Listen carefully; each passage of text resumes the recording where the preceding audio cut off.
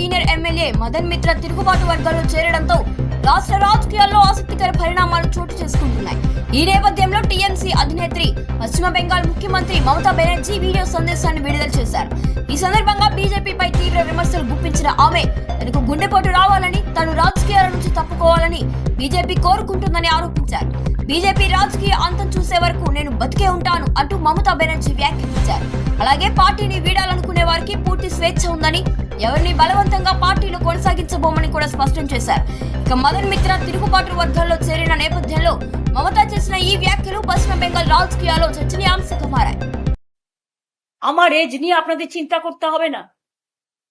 মানুষের এজ তৈরি করে মানুষের মন, মানুষের দেহ, মানুষের মানসিক শক্তি। আপনাদের প্রধানমন্ত্রীর বয়স কত আমি কখনো জিজ্ঞেস করেছি? কেউ কখনো বয়স জিজ্ঞেস করে না। এটা কিছু লোকের দুঃস্বপ্ন আর দুর্যোগ আর দুর্ভোগ, যারা ভয় পায়।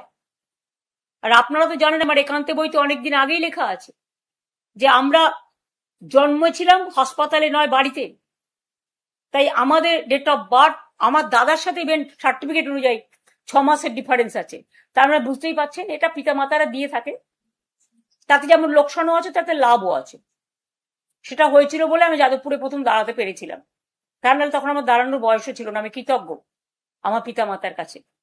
এরকম অনেকেরই আছে, অটলজিও আমাকে একসময় বলেছিলেন, আরো অনেকে আছে, আমি তাদের নাম বলতে চাইছি না, আজকে তিনি মারা গেছেন বলে বলছি।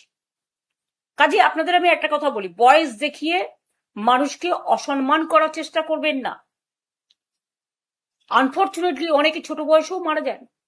আমরা কেউ চাই না, আমরা চাই পুষ্প মতো, ফুলের মতো তারা বেঁচে থাকুক।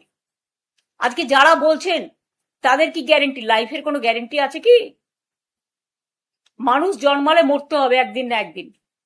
আপনারা তো ইলেকশনের রেজাল্ট বেরোবার দিন আমার বাড়ির সামনে দাঁড়িয়ে মিছিল করে বিজেপি পার্টি লুম্পেনরা বলেছিলেন হার্ট অ্যাটাক হয়ে মারা যাক। আরে তোমাদের শেষ না দেখা পর্যন্ত আমি আছি, আমি ছিলাম। মানুষের ভালোবাসায় থাকবো এবং কর্মীদের ভালোবাসায় থাকবো, আর লড়বো, গড়বো, বাঁচবো। মানুষের পরিবারের জন্য লড়াই করব, কর্মীদের জন্য লড়াই করব। আর আমার যা কর্মীরা আছে এনাফ, এবং অনেক নতুন ছেলে মেয়েরাও জয়েন করছেন, আমি তাদের আহ্বান জানাবো।